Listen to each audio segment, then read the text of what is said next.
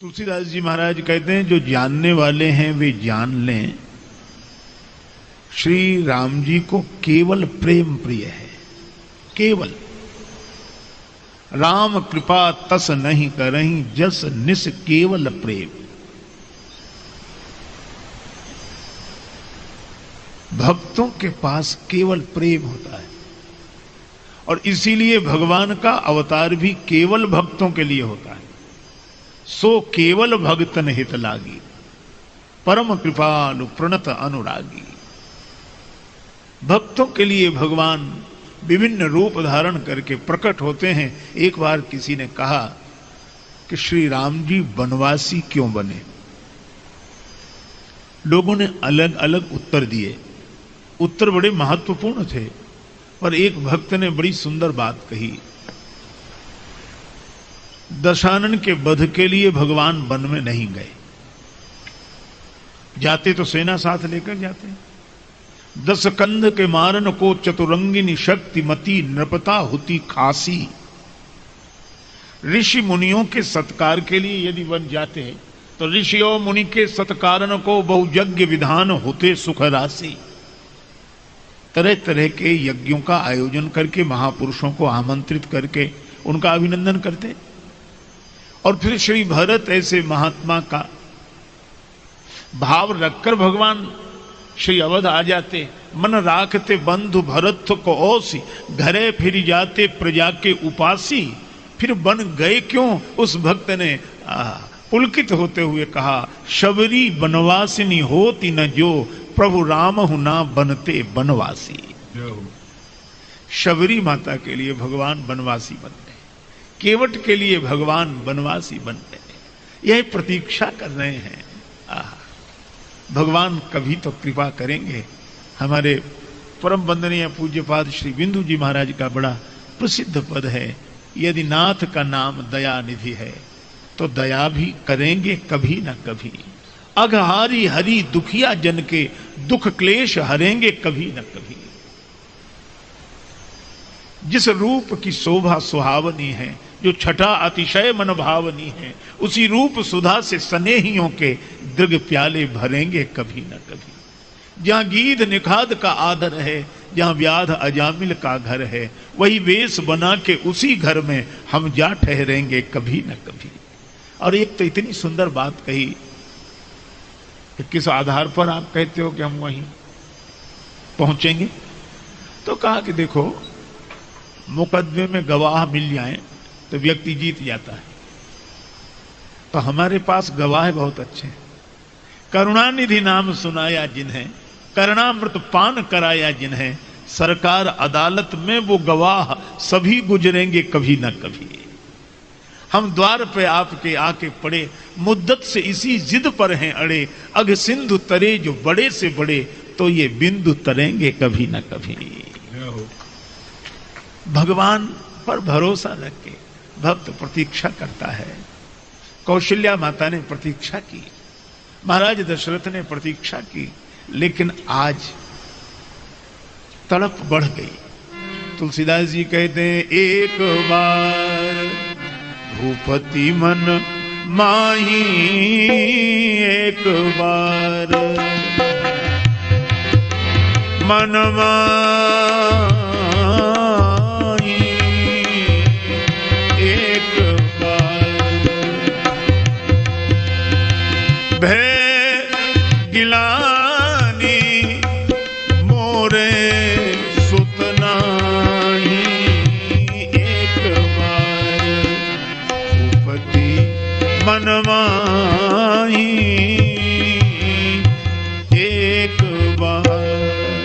एक बार ग्लानि हुई, मेरे कोई पुत्र नहीं।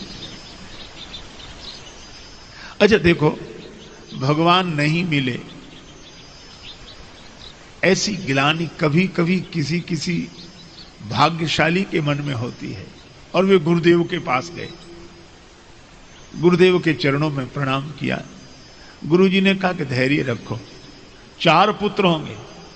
तुम्हें भगवान ने वचन दिया 3 बार, सत्य सत्यपन सत्य हमारा, और आए नहीं। भगवान भी वचन देकर नहीं आ रहे हैं। किसी ने भगवान से कहा कि प्रभु क्या यही वचन की मर्यादा है, आप 3-3 बार कहकर नहीं जा रहे हैं। भगवान ने कहा कि मर्यादा के कारण ही तो नहीं जा रहा, क्योंकि अगर मैं ऐसे ही चला जाऊंगा तो लोग यही कहेंगे कि भगवान को पाने के लिए गुरुदेव की कोई आवश्यकता नहीं, भगवान तो ऐसे ही मिल जाते हैं। तो कहा कि इन्हें मिलोगे कैसे? भगवान ने कहा इन्हें तब मिलेंगे जब ये गुरुदेव के दर पर जाएंगे, तब हम इनके घर पर जाएंगे। और गुरु जी के दर पर वशिष्ठ जी ने प्रार्थना की। गुरु जी ने कहा कि धैर्य रखो महाराज, चौथापन आ गया। गुरुदेव ने कहा अगर चौथेपन तक तुमने प्रतीक्षा की है तो मेरा आशीर्वाद है कि भगवान भी 4 रूपों में तुम्हारे यहां आएंगे। धरौ धीर होई हैं सुत चारी। गुरुदेव मुझे क्या करना पड़ेगा? अरे अब तुम्हें कुछ नहीं करना पड़ेगा, अब तो जो करना है तो मुझे करना है। फिर तुम तो घर बैठो, और घर बैठे तुम्हें भगवान मिल जाएंगे। श्रृंगी ऋषि को गुरुदेव वशिष्ठ जी ही बुलाते हैं, यज्ञ भी कराते हैं, और अग्निदेव प्रकट हुए खीर का प्रसाद लेकर। यह हवि बाटी देव तृप जाई, यह हवि बाटी देव, यह हवि बाटी देव, जथा जोग जेहि भाग बनाए, यह हवि बाटी देव, हवि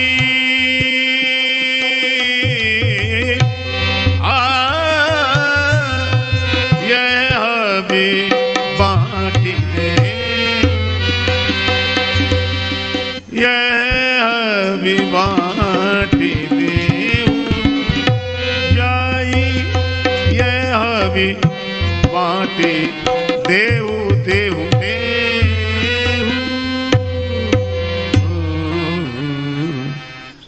अग्निदेव कहते हैं महाराज ये हवि का प्रसाद बांट दीजिए, खीर। दशरथ जी बड़े प्रसन्न हुए। अच्छा देखो कितनी अद्भुत बात है, खीर से भगवान प्रकट हुए। अब इसमें कितना अद्भुत रहस्य, मिथिला वाले तो बड़ा विनोद करते हैं। इनके यहां तो खीर से, मिथिला की एक सखी ने विनोद करते हुए कहा कि लाल जी आपके जन्म की कथा बड़ी विचित्र है। यज्ञ होता है, अग्निदेव प्रकट होते हैं, खीर का प्रसाद, उसी से आपका जन्म हुआ। लक्ष्मण जी ने कहा कि वो तो ठीक है कि हम लोगों का इस तरह जन्म हुआ, पर मिथिला में तो इसकी भी जरूरत नहीं। जिसके संतान नहीं होती अपना फावड़ा और टोकनी लेकर जाता है, जमीन खोद कर ले आता है। तुम्हारे तो मही से सब उपजत अस हमरे नहीं नीति। तो विनोद की बात है। इस पर हमारे परम वंदनीय पूज्यपाद श्री मामा जी भक्तमाली जी महाराज श्रीमन वो कहा करते थे कि हाँ ये तो ठीक है, लेकिन या में प्रबल पक्ष मिथिला को लखौ उभय परिपाटी, या में प्रबल पक्ष मिथिला को लखौ उभय परिपाटी, काम करे जो खीर अवध की सो मिथिला की माटी। अयोध्या की खीर जो काम करती वो मिथिला की मिट्टी। बड़ा अच्छा, बहुत सुंदर भाव था। पर मैंने एक बार उनसे निवेदन किया, हमने कहा इस पर हम भी एक बात कहें। बोलूं कहो कहो। ऐसी विनोद करे तो हमने कहा कि देखो या में प्रबल पक्ष आपने कहा मिथिला का है, पर या में महिमा अवधपुरी की, मिथिला की कमजोरी। बोले कैसे? हमने कहा खीर ते प्रगटे चारी, मृतिका ते भई एक किशोरी। तो हंसने लगे। विनोद की बात है, पर ये खीर से भगवान प्रकट हो रहे हैं, यह एक अद्भुत रहस्य है, बड़ा बढ़िया। देखो खीर में भी 3, हमारे यहां 3 की बड़ी महिमा है। खीर में भी 3 चीजें मिलती हैं, और संयोग ये देखो तीनों सफेद, दूध, चावल और चीनी। दूध भी सफेद, चावल भी सफेद और चीनी भी सफेद। अच्छा, ये तीनों का सम्मिश्रण। अच्छा, ये दूध क्या है? अगर विचार करें तो संत हंस गुण गाई पय परिहर बारी विकार। सार है दूध और उसमें जो पानी मिला हुआ सार है। तो सारग्राही हंस उस दूध को ग्रहण करके जल को छोड़ देता है। तो यह ज्ञान का रूप है दूध, पर शुद्ध दूध अर्थात शुद्ध ज्ञान की निष्ठा। पर ऐसा नहीं कि वो दूध शुद्ध ना हो। एक बार एक दूध बेचने वाला आया तो लोगों ने कहा आज बड़ी देर से आए, दूध बेचने के लिए बड़ी देर से आए। तो कहने लगा कि हम क्या देर से आए, आज नल ही देर से आए। जब नल आए, जल मिलाए, तब। ऐसा नहीं, दूध शुद्ध दूध, और शुद्ध दूध यह ज्ञान की पवित्र निष्ठा। अच्छा भाई, और चावल ये जैसा बोया वैसे ही फसल उगी, वैसे ही काटा। कर्म की परंपरा, जैसा कर रहे हैं वैसे ही भोगेंगे निश्चित रूप से। अवश्यमेव भोक्तव्यम कृतम कर्म शुभम। प्रारब्ध भोगना ही होता है। एक राहगीर अपने रास्ते से जा रहा था अकेला। उसने देखा कि सड़क के किनारे आम के फलों का बगीचा लगा है। फलों का मौसम था, फल लगे थे। और उसने देखा कि बगीचे में रक्षक तो कोई है नहीं। तो उसके मन में आम खाने की इच्छा हुई। अब आप विचार करना, फल देखा आंखों ने। अब आंख फल दिखा तो सकती है, पर आंख पेड़ के पास चलकर जा तो नहीं सकती। तो देखा आंखों ने और गए पांव। अच्छा, पांव फल तोड़ नहीं सकते, फल तोड़ा हाथों ने। अच्छा, हाथ फल तोड़ने तो हाथों को स्वाद मिलेगा कि फल खट्टा है कि मीठा। जिसने देखा वो गया नहीं, जो गया उसने फल तोड़ा नहीं। देखा आंखों ने, गए पांव, फल तोड़ा हाथ ने। और अद्भुत बात, जिसने फल तोड़ा उसने चखा नहीं। हाथों को स्वाद नहीं मिलता कि फल खट्टा है कि मीठा। तोड़ा हाथ ने, चखा रसना ने। और अद्भुत बात, जिसने चखा उसने रखा नहीं, रखा पेट ने। देखा आंख ने, गए पांव, फल तोड़ा हाथ ने, चखा रसना ने, रखा पेट ने। इतने में बगीचे का माली आ गया। चोरी से फल तोड़कर खाते हुए देखा, दबे पांव आया डंडा लेकर और 2-4 डंडे पीठ में जमा दिए। अब आप बताओ, बेचारी पीठ की क्या गलती है? वो न लेने में न देने में। आंख ने देखा, पांव गए, हाथ ने फल तोड़ा, चखा रसना ने, रखा पेट ने और पिटे पीठ। एक सज्जन एक महात्मा से कह रहे थे कि महाराज ये बात तो समझ में नहीं आई, कोई गलती करे किसी को सजा मिले, हाँ, और करे अपराध को और पाओ फल भोग, अति विचित्र भगवंत गति को जग जाने जो। ये तो बात समझ में नहीं आई। महात्मा मुस्कुराए। उन्होंने कहा तुम्हारे प्रश्न का उत्तर इसी कहानी में है। कैसे? अच्छा, पीठ पे डंडे की चोट लगी, हाँ। दर्द हुआ, हाँ। अच्छा, तो दर्द होने पर रोया कौन? आंसू कहां से निकले? तो आंसू तो आंख से ही निकले। तो कहा चाहे जितने घुमावदार ढंग से मिले, पर अंत में फल उसी को मिलेगा जिसका कार्य है। क्योंकि सबसे पहले आम देखा आंख नहीं था, आंख ने देखा तो आंख को ही मिला, रोना आंख को ही पड़ा। तो यह कर्म की बड़ी विचित्र परंपरा है ना, कि ये तो निश्चित रूप से तो ये कर्म जैसा कर किया वैसा मिला, जैसा बोया वैसा फल के रूप में आया। तो ये चावल कर्म का प्रतिनिधित्व करता है, कर्म की शुद्ध निष्ठा, धर्म की शुद्ध निष्ठा। अच्छा, लेकिन एक बात है, कितना ही पवित्र कर्म हो और कितना ही पवित्र ज्ञान हो,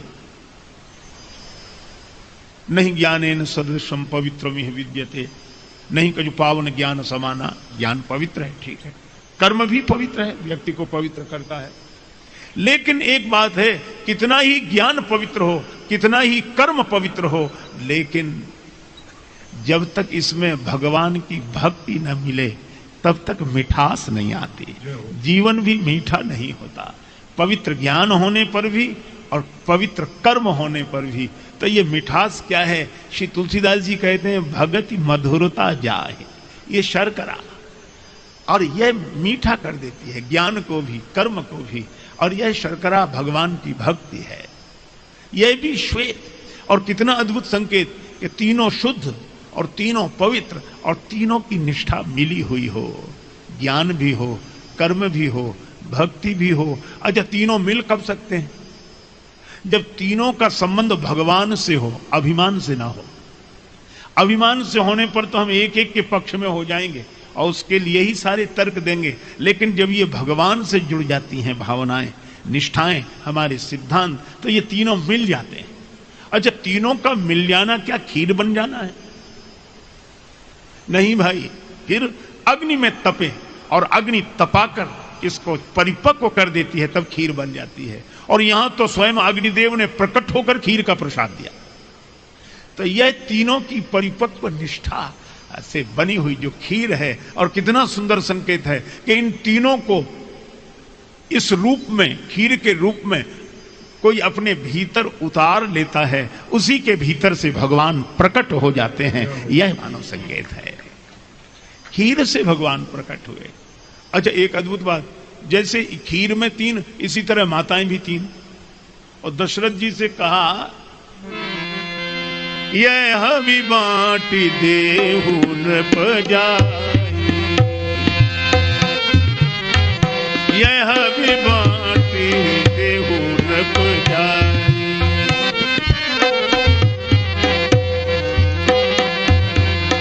यथा जोग जही भाग बनाई, यथा जोग जही भाग बनाई,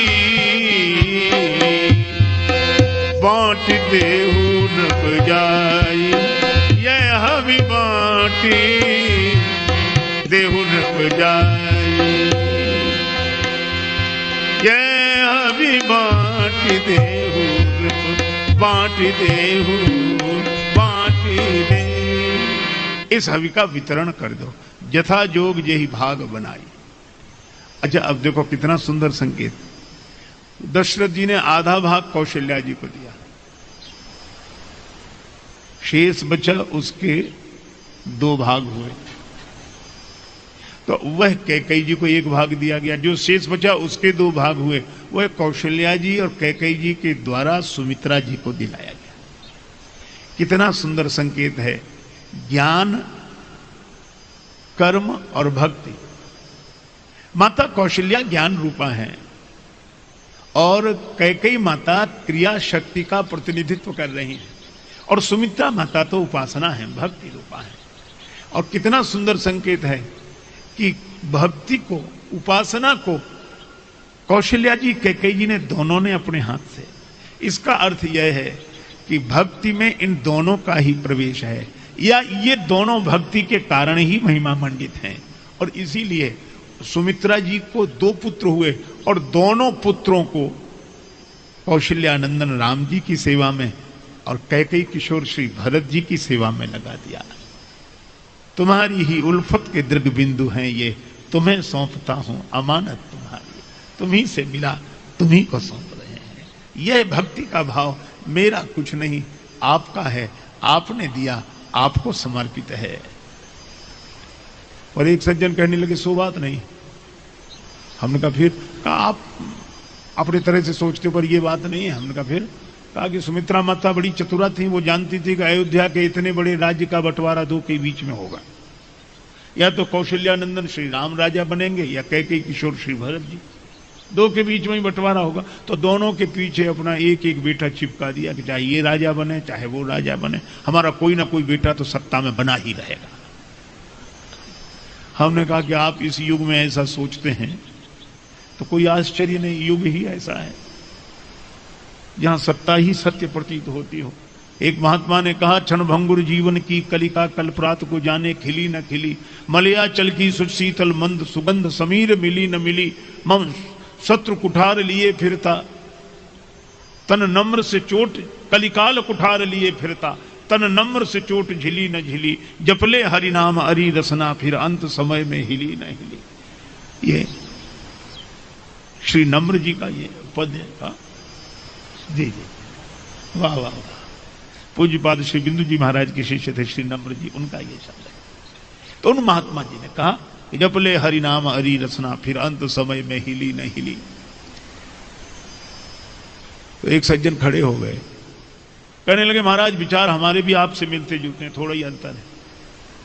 तो कहा क्या? बोले आप कहते क्षणभंगुर जीवन की कलिका, और हम कहते हैं क्षणभंगुर पुष्प कली पद की।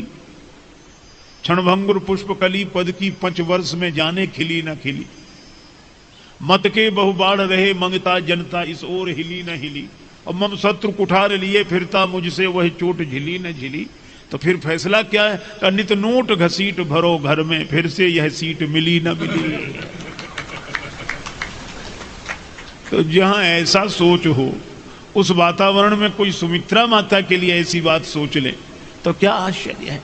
सुमित्रा माता साक्षात भक्ति भावना का प्रतिनिधित्व करती हैं, समर्पण की सीख देती हैं, जिससे मिला उसे समर्पित। और भगवान इसी प्रेम के कारण आए, और भगवान के प्रकट होने का अवसर आया। सब देवता आए, देवता प्रार्थना करके गए, तब भगवान प्रकट हुए। प्रेम ते प्रकट हो ही मैं जाना।